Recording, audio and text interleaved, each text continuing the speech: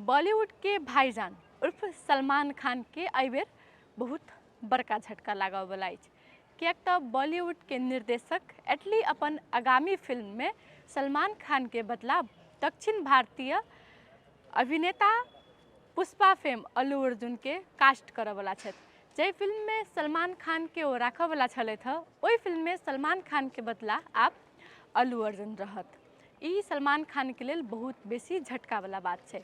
संगे एहि फिल्म में 3टा अभिनेत्री के कास्ट कयल जायत, जाहिमे सँ मुख्य भूमिका में जानवी कपूर रहत आ 2टा के नाम एखन धरि सार्वजनिक नहीं कयल गेल अछि। ओहिके बाद हुनकर एटली के आगामी फिल्म के नाम की छै सेहो सार्वजनिक नहीं कयल गेल अछि।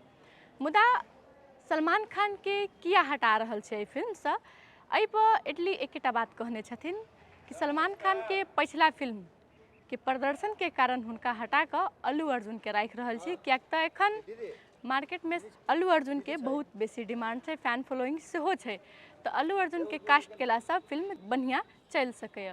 ओहिके बाद ई फिल्म पुनर्जन्म के कथा पर निर्धारित रहत।